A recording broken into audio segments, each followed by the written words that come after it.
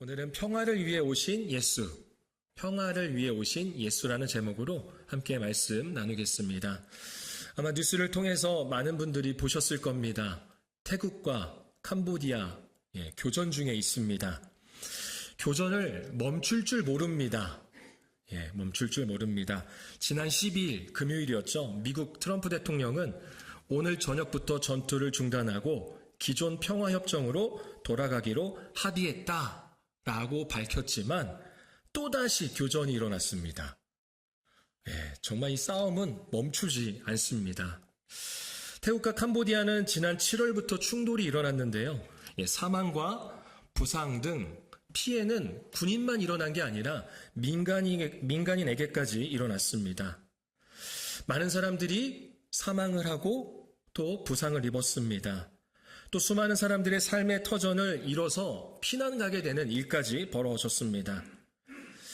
정말 평화가 필요합니다.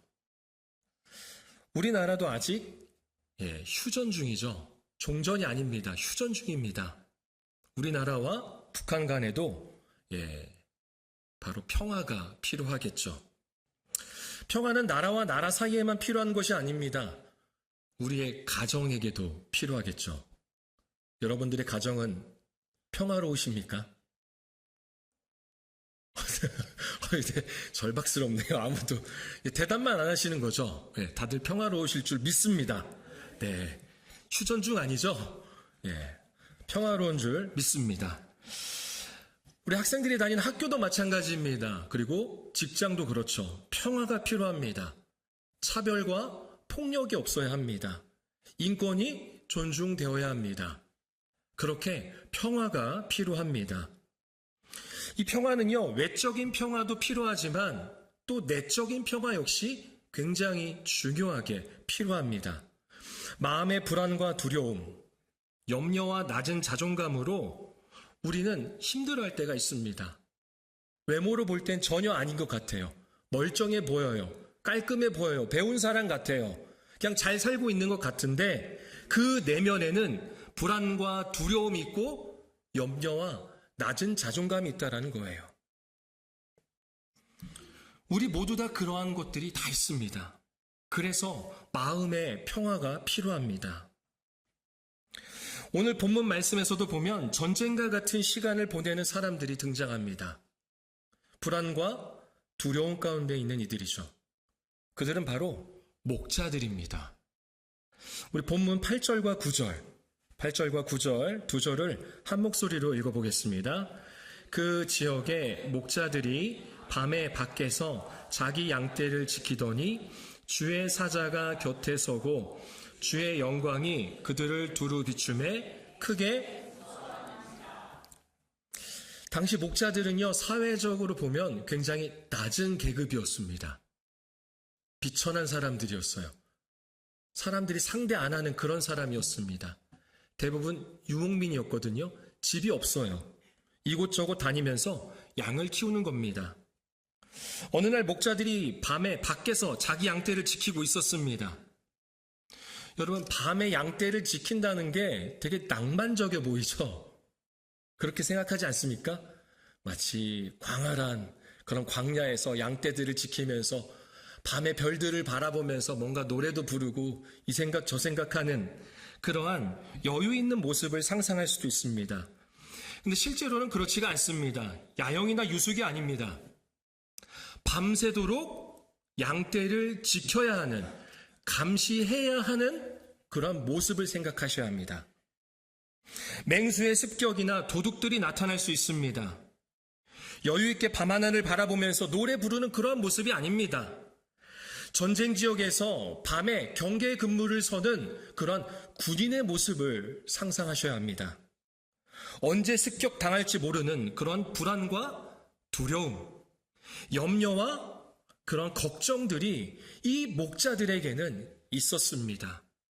그런데 그런 목자들에게 지금 누군가 침투했습니다. 바로 9절에 보니까 주의 사자라고 하죠. 바로 천사입니다. 근데 침투한 천사가요, 천사 한 명이 아니었습니다. 이어서 나오는 말씀에 보면 천군이 있다라고 합니다. 천군. 천군이 같이 등장한 거예요. 그러니까 압도적인 세력과 위엄을 갖춘 그러한 집단이 갑자기 나타난 겁니다.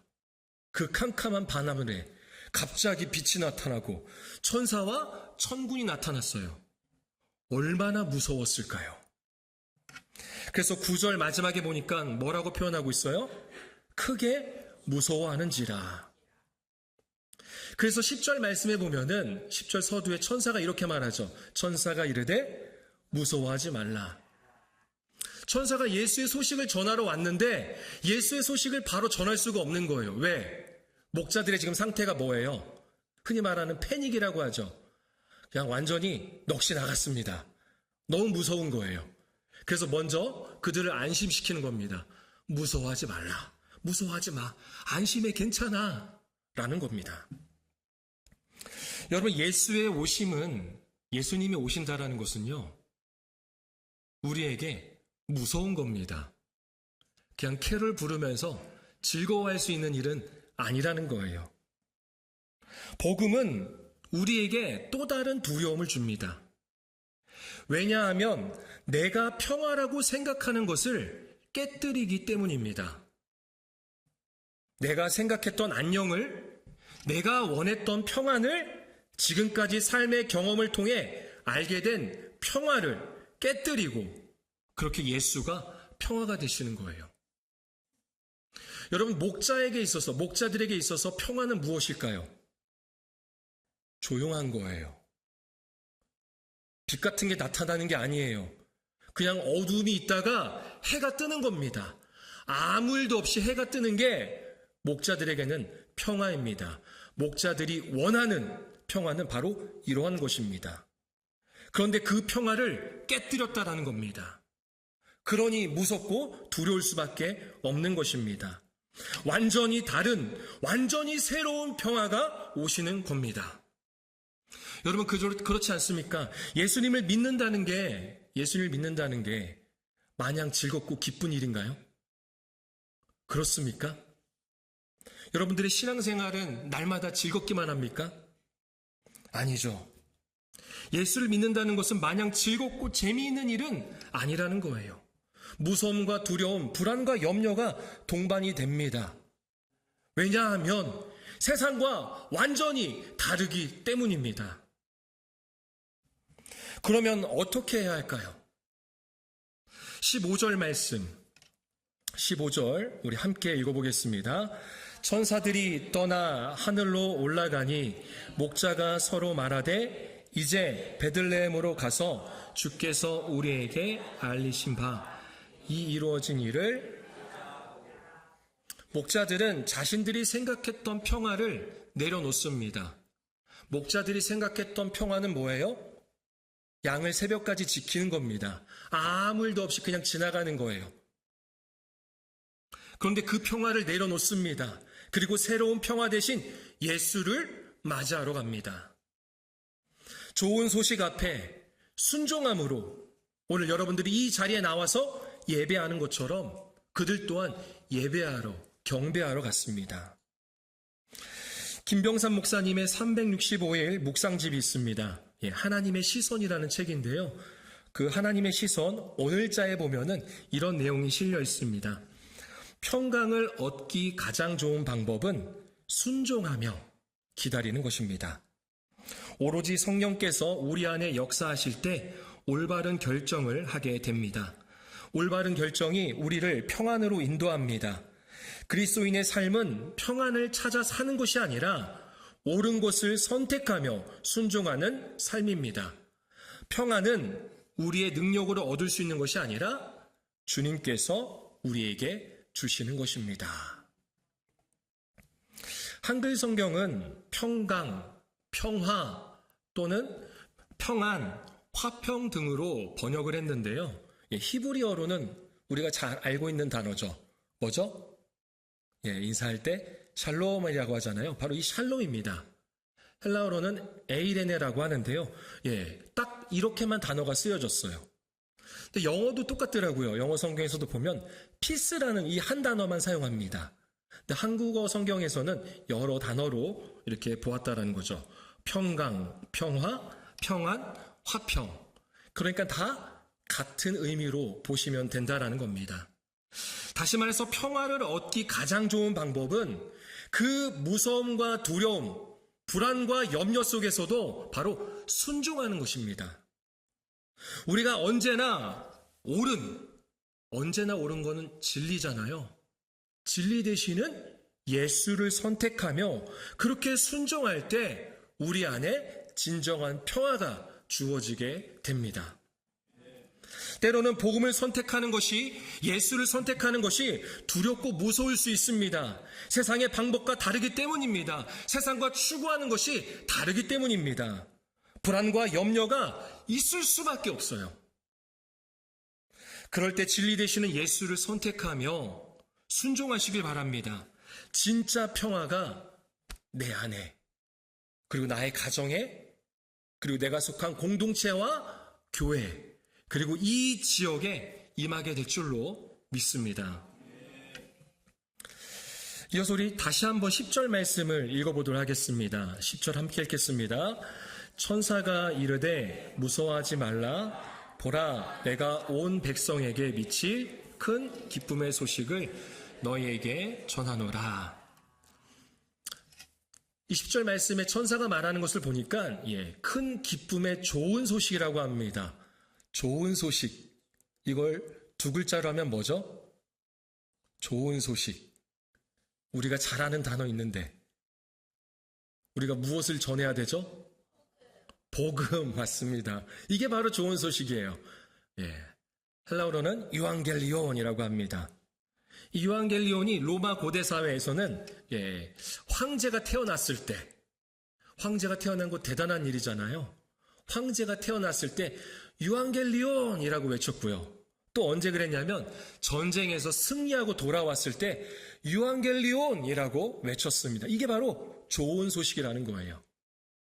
그냥 어느 정도의 희소식이 아니라 엄청난 좋은 소식, 큰 기쁨의 좋은 소식이라는 거죠.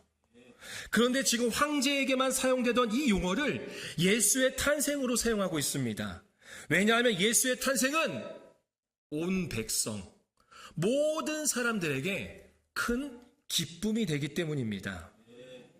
우리 이어서 11절 말씀, 11절 함께 읽겠습니다. 오늘 다윗의 동네에 너희를 위하여 구주가 나셨으니 곧 그리스도 주시니라.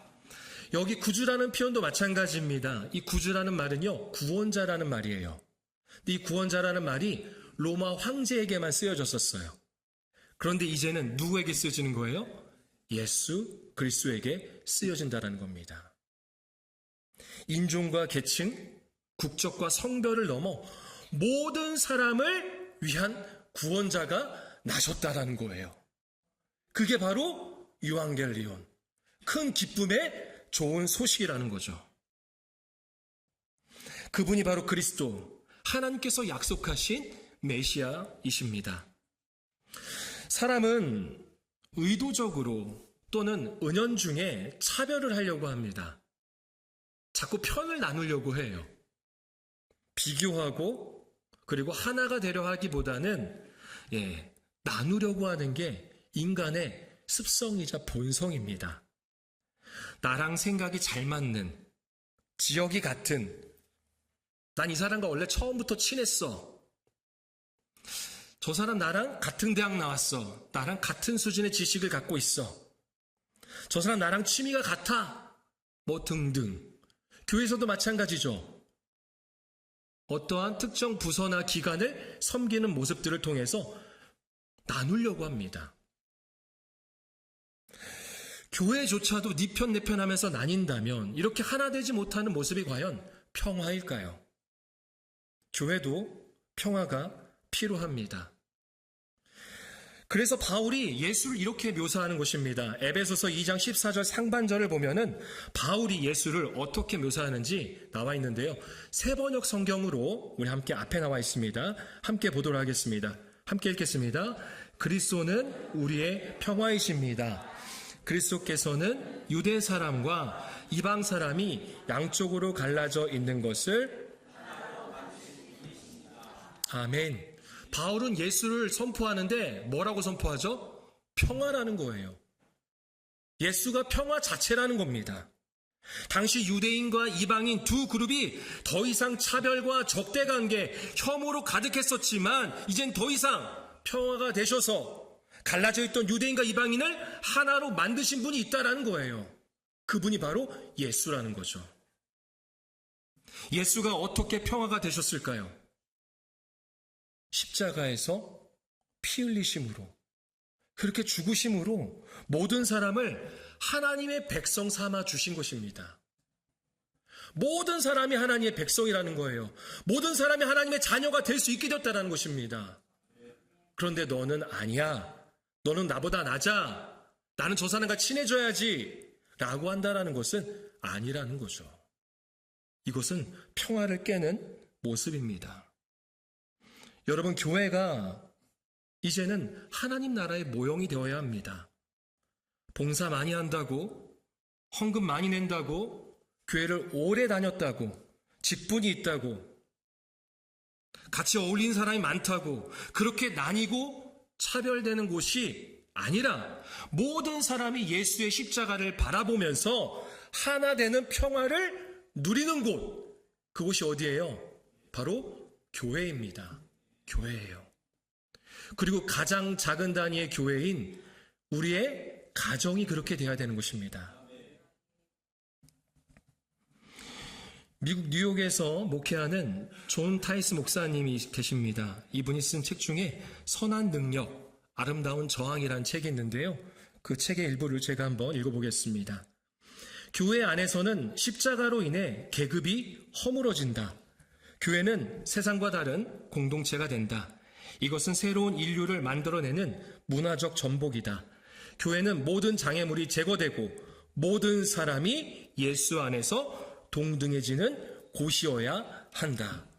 아멘. 우리 교회는 예수의 십자가로 모두 동등한 줄로 믿습니다.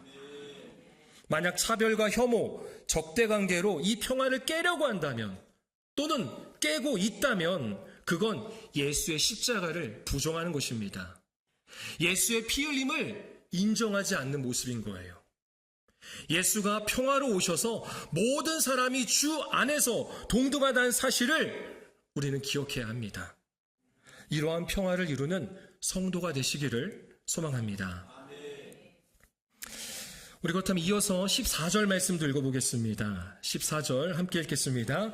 지극히 높은 곳에서는 하나님께 영광이요, 땅에서는 하나님이 기뻐하신 사람들 중에 평화로다 하니라. 아멘. 진정한 평화는요, 예수가 오셔서 죽으심으로 이루어졌습니다. 그런데 이것이 하나님께는 뭐가 된다고요? 영광이 된다는 거예요. 하나님의 아들이 이 땅에 오셔서 죽게 되는 것이 영광이라는 겁니다. 왜 그럴까요? 왜 그럴까요? 아들을 사랑하지 않아서일까요? 바로 저와 여러분 때문입니다. 로마의 평화라는 팍스 로마나라는 말이 있습니다. 팍스 로마나. 로마 제국이 지중해 세계 전역을 걸쳐서 전례 없는 장기간, 약 200년 동안의 평화와 안정을 유지했던 시기를 지칭하는 말입니다. 그러한 역사적 용어예요. 팍스 로마나. 그리고 신의 아들인 로마 황제로부터 이러한 평화가 제국에 들어왔다고, 제국에 왔다라고 믿었습니다. 그러니까 신과 인간이, 그리고 인간과 인간이 평화를 이룬 것은 신의 아들인 로마 황제로부터 이루어진 것이다 라는 것이 있었어요. 하지만 이 평화는 거짓이었습니다. 아무리 장기간 200년 동안 이어졌다 하더라도 이것은 거짓이었습니다. 표면적으로는 평화의 모습을 띠고 있었으나 그 안에는 이미 정의가 무너지고 양심과 그리고 자비와 사랑이 없었습니다. 사회적 계급이 나누어지고 누군가는 짓밟히고 죽어가고 있었습니다. 여러분, 이거는 진짜 평화가 아니잖아요. 지금 이 시대가 진짜 평화라고 말할 수 있을까요? 그런데 예수가 오셨습니다. 평화로 오셨습니다. 하나님과 인간 사이의 화목, 그 평화를 이루시기 위해 오셨습니다. 뿐만 아니라 인간과 인간 사이의 그 벽을 허물기 위해서, 그렇게 평화를 이루시기 위해서 오셨습니다. 그리고 그 평화는 예수께서 십자가에서 피 흘리심으로, 그렇게 죽으심으로 이루어졌습니다. 우리는 이 평화를 귀하게 여길 수 있어야 합니다. 잘 아시는 백범 김구 선생의 내가 원하는 우리나라라는 글이 있습니다. 그 일부입니다. 나는 우리나라가 세상에서 가장 아름다운 나라가 되기를 원한다. 가장 부강한 나라가 되기를 원하는 것은 아니다. 오직 한없이 가지고 싶은 것은 높은 문화의 힘이다. 문화의 힘은 우리 자신을 행복하게 하고 나아가서 남에게 행복을 주겠기 때문이다. 지금 인류에게 부족한 것은 무력도 아니요 경제력도 아니다. 인류가 현재 불행한 근본의 이유는 은희가 부족하고 자비가 부족하고 사랑이 부족하기 때문이다. 그래서 진정한 세계의 평화가 우리나라로 말미암아 세계에 실현되기를 원한다. 많은 사람들이 이 글을 인용하면서 K-팝을 이야기하더라고요. 한류 열풍이다. 그런데 진정한 높은 문화의 힘은 예술적인 요소만을 이야기하는 것이 아닙니다. 한국 음악 그리고 한국의 음식이 전 세계에 많이 알려져서 문화의 가치가 높아진다 하더라도 여전히 인의 그리고 자비, 사랑이 부족하다면 평화를 이룰 수가 없습니다. 진정한 평화는 하나님 나라에 의해서 전해지는 것입니다. 예수의 성품을 닮아가는 우리로 하여금 이 세상에 예수로 살아가는 우리로 그렇게 진정한 평화가 선포되는 것입니다. 하나님과 인간 그리고 인간과 인간 사이의 평화를 이루신 예수를 기억하면서 우리 또한 이 평화를 전하기 위한 그런 하나님의 백성이 되기를 축원합니다. 말씀을 정리합니다. 우리 마지막으로 마태복음 5장 9절을 세번역 성경으로 앞에 나와 있습니다. 세번역 성경으로 마태복음 5장 9절을 함께 읽어보겠습니다. 평화를 이루는 사람은 복이 있다. 하나님이 그들을 자기의 자녀라고 부르실 것이다. 아멘. 예수님께서 말씀하셨습니다. 평화를 이루는 사람은, 다시 말해 하나님과 인간 그리고 인간과 인간 사이에 평화를 이루는 사람은 복이 있다라는 거예요. 어떠한 복이요? 하나님의 자녀가 되는 복입니다. 하나님께서 넌 내 자녀야, 넌 내 아들이야, 넌 내 딸이야 라고 불러주신다라고 합니다. 이 엄청난 복을 누리시기를 바랍니다. 나에게 주어진 이 평화가 얼마나 소중한 의미인지를 깨닫는다면 우리는 이 평화를 깰 수 없습니다. 유지하고 전하는 자가 될 수밖에 없습니다. 조선시대 때 곤장과 매를 맞는 직업이 있었습니다. 대신 매를 맞아주는, 곤장을 맞아주는 직업이 있었는데요. 매품팔이라고 합니다. 매품팔이. 매품팔이는 하루에 7냥 정도 받고 곤장을 대신 맞아주었다고 하는데 지나치게 매를 맞아 심지어는 죽는 경우도 있었다고 합니다. 대신 형벌을 받는 일은 그때나 지금이나 종종 있는 일이기도 합니다.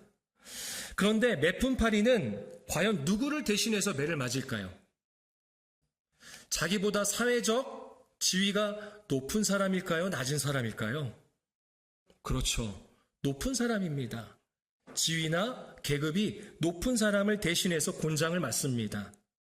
즉, 매품팔이는 기본적으로 사회적 계급이 지극히 낮습니다. 사회적 계급이 낮은 사람이 높은 사람을 위해 대신 벌을 받는 것이죠. 이게 이 세상의 이치입니다. 이 세상에선 이것이 당연해요.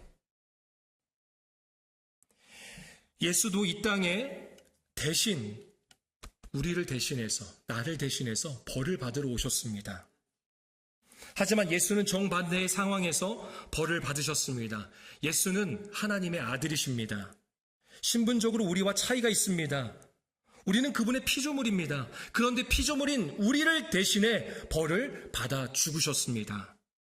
그렇게 하나님과 우리 사이를, 그리고 인간과 인간인 우리 모두를 하나 되게 하신 것입니다. 그렇게 평화를 이루신 겁니다. 이 평화가 하나님께는 영광이라니 정말 어떤 말로도 표현할 수가 없습니다. 그저 은혜라고밖에 표현할 수가 없는 거예요. 예수께서 이루신 이 귀한 평화를, 그리고 하나님께는 영광이 되는 이 평화를 이루고 만들어가는 하나님의 자녀가 되기를 축원합니다.